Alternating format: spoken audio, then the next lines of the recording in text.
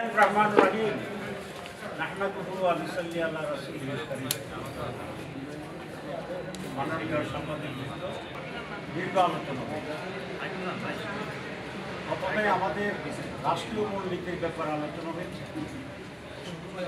সেখানে চারটি বিষয়কে সন্নিবেশিত করা হয়েছিল: সাম্য, মানবাধিকার, গণতন্ত্র, ধর্মীয় স্বাধীনতা ইত্যাদি। এটাতে কমিউনিস্ট পার্টি এবং কয়েকটি বাম দল ছাড়া আর সকলেই ঐক্যমত্য পোষণ করেছে। পঞ্চম সংশোধনী যেটি আছে আমরা বলেছি সেটা থাকবে। পঞ্চদশ সংশোধনী যেটা আবেদন করি সেটা বাতিল হয়ে যাবে এবং তার সাথে নতুন যে কয়েকটি শব্দ এটা সংযোজিত হবে। এই বিষয়ে আমরা অধিকাংশই একমত। এখানে মুসলিম মেজরিটি দেশ বাংলাদেশ, সুতরাং এই দেশের জনগণের সেন্টিমেন্ট হচ্ছে আল্লাহর উপরে বিশ্বাস এবং আস্থা, বিসমিল্লাহির রহিম, এগুলো আমাদের সঙ্গে। সে আলোকেই আজকে আমরা আমাদের মস্তিষ্ক দিয়েছি এবং আমরা মনে করছি এটি সংশোধন করা অপরিহার্য। চূড়ান্ত সিদ্ধান্ত না হলেও হাউজের মত এর পক্ষে আছে। চূড়ান্তভাবে আরেকটি ড্রাফট তারা করবেন কমিশন এবং তখন এটির উপরে পূর্ণাঙ্গ আলোচনা হবে।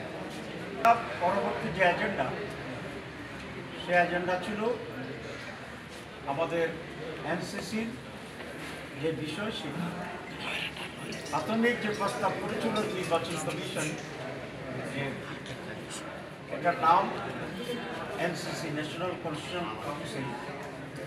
এক্ষেত্রে গতবার নামের ব্যাপারে বা নামের সাথে মর্মার্থের কিছুটা বিভ্রান্তি হতে পারে বলে অনেক আশঙ্কা করছিল। অনেকে এটা মত দিয়েছিল যে এনসিসি শুনতে একটি সুপ্রা কনস্টিটিউশন বডির মতো মনে হয়, সুতরাং নামটা একটু পরিবর্তন হওয়া দরকার। সেই হিসাবে আজকে কমিশন সংশোধিত একটা নাম দিয়েছে, সংবিধান সংস্থাগুলোর নিয়োগ সংস্থা, নিয়োগ কমিটি, নিয়োগ কমিটি। এটাই আজকে আলোচনা হয়েছে যে বাংলাদেশে যে সমস্ত সাংবিধানিক কমিটিগুলো আছে, যেমন ইলেকশন কমিশন আছে, পাবলিক সার্ভিস কমিশন আছে, দুদক আছে এবং আপনার পাবলিক অ্যাকাউন্টসে যারা আছে সেই সমস্ত কমিশন আছে। এই সব কিছুর জন্যে একটা সিনক্রোনাইজ বডি থাকবে।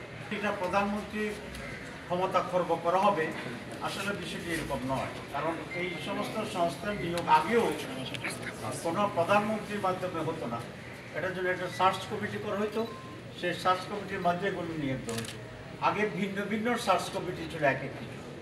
বর্তমান প্রস্তাবে অনেক সার্চ কমিটি না করে একটা সেন্ট্রাল বডি প্রস্তাবনা করা হয়েছে, যেগুলো এসব নিয়োগগুলোকে দেখবেন এবং ফাইনালাইজ করবেন।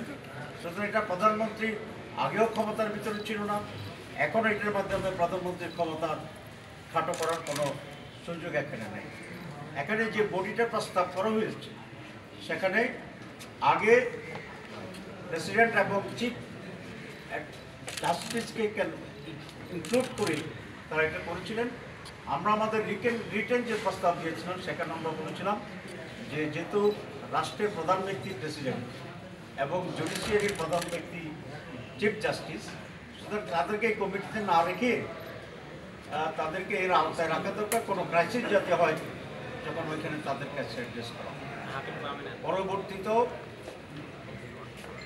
আমাদের ঐক্যমত্য কমিশন সেটাকে চেঞ্জ করে দিয়েছে, নাম চেঞ্জ করছে এবং সেটাও চেঞ্জ করে বর্তমান ফরমেশন হচ্ছে প্রধানমন্ত্রী, বিরোধী দলীয় নেতা বা নেত্রী যিনি থাকবেন, বিরোধী দলের বাইরে যে সমস্ত দল থাকবে পার্লামেন্টে তাদের সকলের কাছ থেকে একজন স্পিকার, ডেপুটি স্পিকার এবং প্রধান বিচারপতির